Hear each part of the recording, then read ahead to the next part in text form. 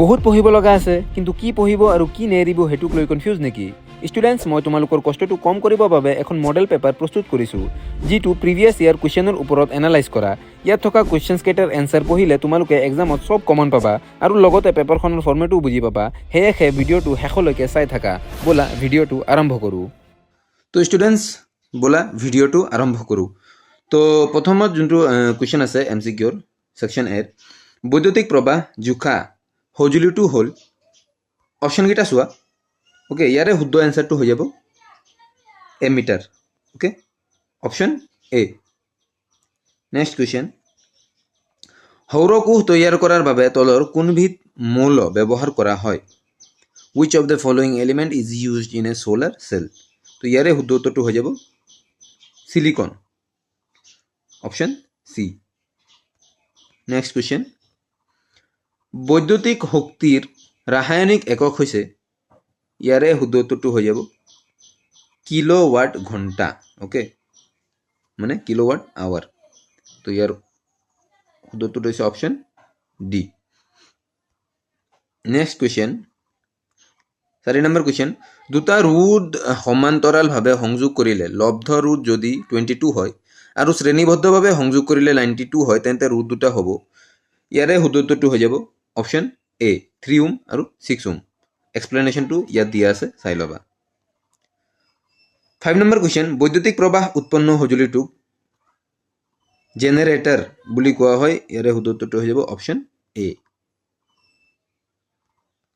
Next question, আমি ব্যৱহাৰ কৰা সৰহ সংখ্যক উৎসৰ শক্তি হ'ল সৌৰশক্তি। তলৰ কোনটো সৌৰশক্তি আধাৰিত নহয়? তো ইয়াৰে শুদ্ধ উত্তৰটো হৈ যাব অপশ্যন চি, বায়ু শক্তি। নেক্সট কুৱেশ্যন, 7 নম্বৰ কুৱেশ্যন, মানুহৰ চকুৱে চকুৰ লেন্সৰ ফ'কাছ দৈৰ্ঘ্য সাল সলনি কৰি বিভিন্ন দূৰত্ব অৱস্থিত বস্তু ফ'কাছ কৰিব পাৰে। ইয়াৰ কাৰণ হ'ল, ইয়াৰে শুদ্ধ উত্তৰটো হৈ যাব অপশ্যন বি, উপযোজন ক্ষমতা। নেক্সট কুৱেশ্যন, চকুৰ কি অংগৰ ক্ৰিয়াৰ বাবে চকুৰ লেন্সৰ ফ'কাছ দৈৰ্ঘ্যৰ পৰিৱৰ্তন হয়? তো ইয়াৰে শুদ্ধ উত্তৰটো হৈ যাব ciliary, option C. Next question, নিয়মীয়া দৃষ্টিৰ সদ্য প্ৰাপ্তবয়স্কৰ বাবে স্পষ্টকৈ দেখা ন্যূনতম দূৰত্ব। ইয়াৰে শুদ্ধ উত্তৰটো হৈ যাব option B, 25 centimetre. Okay, next question,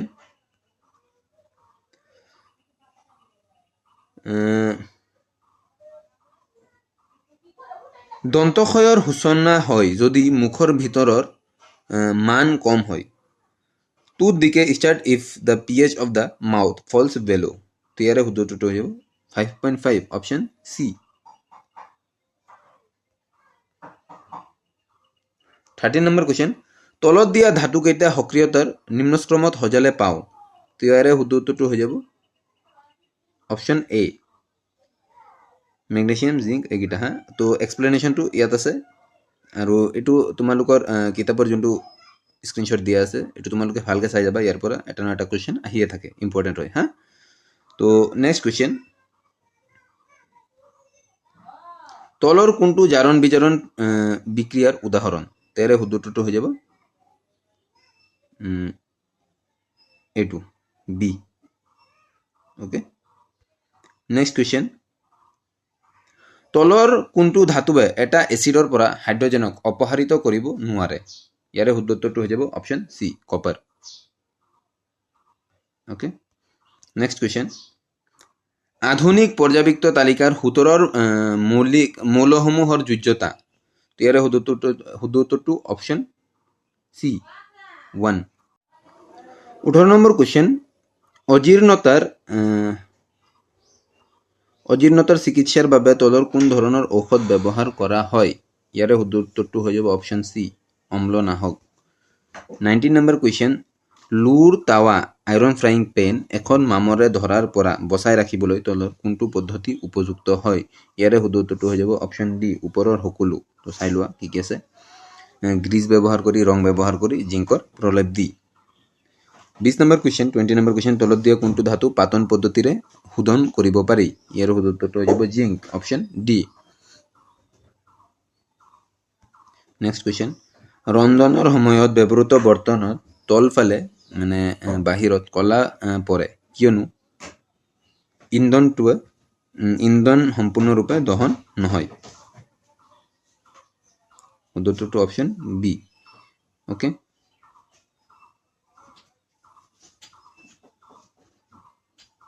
option B next question আইৰণৰ প্ৰধান আকাৰটোৰ নাম হৈছে ইয়াৰ শুদ্ধটো হৈছে অপশ্যন ডি হেমেটাইট 23 নম্বৰ কুৱেশ্যন সবাত চহন সম্পন্ন ঘটে ইয়াৰ শুদ্ধটো হৈ যাব অপশ্যন এ মাইটোকণ্ড্ৰিয়াত উদ্ভিদ জাইলেমৰ কাম হৈছে পানীৰ 25 নম্বৰ কুৱেশ্যন দুটা নিউৰনৰ মাজত খালী ঠাই কোৱা হয় ইয়াৰ শুদ্ধটো হৈ যাব অপশ্যন বি সাইনেপছ 26 নম্বৰ কুৱেশ্যন তলত উল্লেখ কৰা কোনখিনিয়ে এটা খাদ্য শৃংখল গঠন কৰে তো ইয়াৰে শুদ্ধ উত্তৰটো হৈ যাব অপশ্যন এটা চোৱা গাহ ছাগলী আৰু মানুহ অপশ্যন এ অপশ্যন এ নহয় গাহ ছাগলী আৰু মানুহ অপশ্যন চি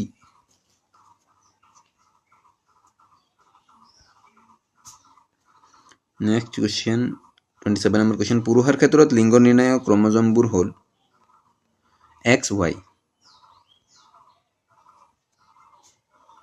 নেক্সট কুৱেশ্যন মগজুৱে কি কাম কৰে তো ইয়াৰে শুদ্ধ উত্তৰটো হৈ যাব ওপৰৰ আটাইকেইটা মানে ভাৱ আৰু চিন্তা কৰা হৃদপিণ্ডৰ স্পন্দন নিয়ন্ত্ৰণ দেহৰ সমতা ৰক্ষা ওকে এই তিনিওটা কাম কৰে মানুহৰ লালটিত থকা উৎসেচকটোৰ নাম হ'ল এমাইলেজ 30 নম্বৰ কুৱেশ্যন ফুল এপাহ হোৱা যৌন প্ৰজননৰ শুদ্ধ ক্ৰমটো হৈছে পৰাযোগ নিজেচন ভ্ৰূণ বীজৰূপ পলিনেশ্যন ফাৰ্টিলাইজেশ্যন এমব্ৰায়ো সিডিং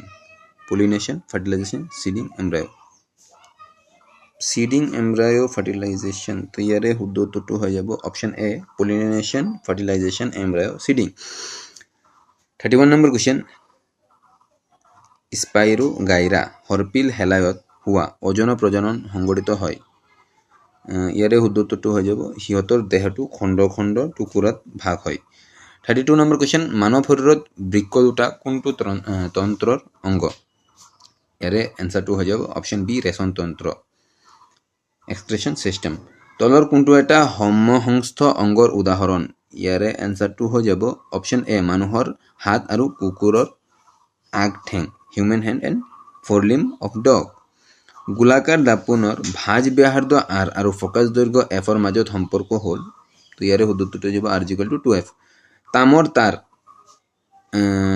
তামৰ তাৰ আয়তাকাৰৰ কুণ্ডলী এটা চুম্বক ক্ষেত্ৰত এখনত ঘূৰোৱা হৈছে অবিষ্ট প্ৰবাহৰ দিশ প্ৰতি ইয়াৰে শুদ্ধ উত্তৰটো হৈ যাব অপশ্যন চি আধা পাকত সলনি হ'ব মানুহৰ চকুৱে বস্তু এটাৰ প্ৰতিবিম্ব গঠন কৰাৰ স্থান অক্ষিপ্ত ইয়াৰ শুদ্ধ উত্তৰটো অপশ্যন ডি অক্ষিপ্ত 37 নম্বৰ কুৱেশ্যন দাপোন এখনৰ পৰা যিমানে দূৰত থিয় নোহোৱা লাগে প্ৰতিবিম্বটো সদায় থিয় হয় দাপোনখন কেনেকুৱা ইয়াৰে শুদ্ধ উত্তৰটো হৈ যাব অপশ্যন ডি হয় সমতল নতুবা উত্তল 38 নম্বৰ কুৱেশ্যন বিদ্যুৎ আবেহৰ পৰিঘটনাটো হৈছে the process of rotating a coil of a electrical motor ইয়াৰে শুদ্ধ উত্তৰটো হৈ যাব অপশ্যন চি চুম্বক আৰু কুণ্ডলীৰ মাজত আপেক্ষিক গতিৰ বাবে এটা কুণ্ডলীত অৱশিষ্ট প্ৰবাহ সৃষ্টি হোৱাৰ প্ৰক্ৰিয়া option C okay next question তলৰ কোনটো কৃত্ৰিম সূচক which of the following is an artificial indicator তেৰে শুদ্ধ উত্তৰটো হৈ যাব মিথাইল অৰেঞ্জ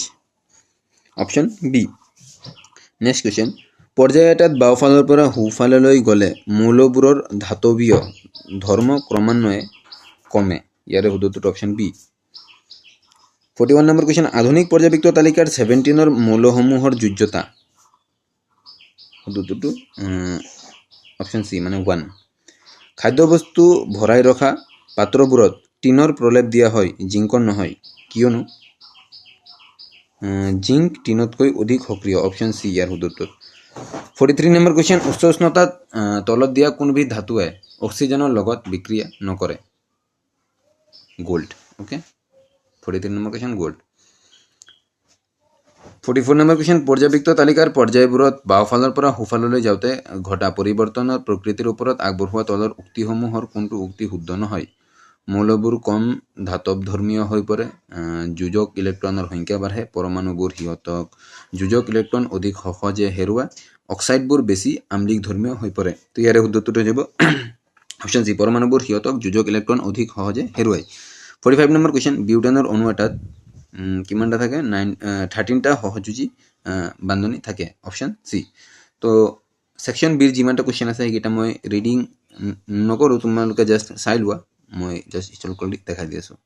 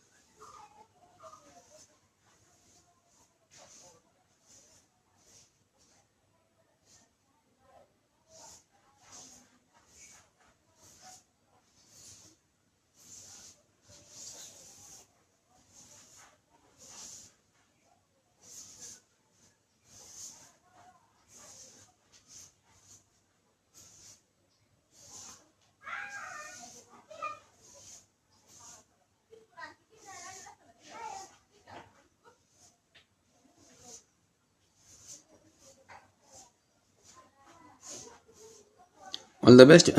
যদি PDF টো লাগে তেনেহ'লে ভিডিঅ'ৰ তলত কমেণ্ট কৰি দিবা PDF ৰ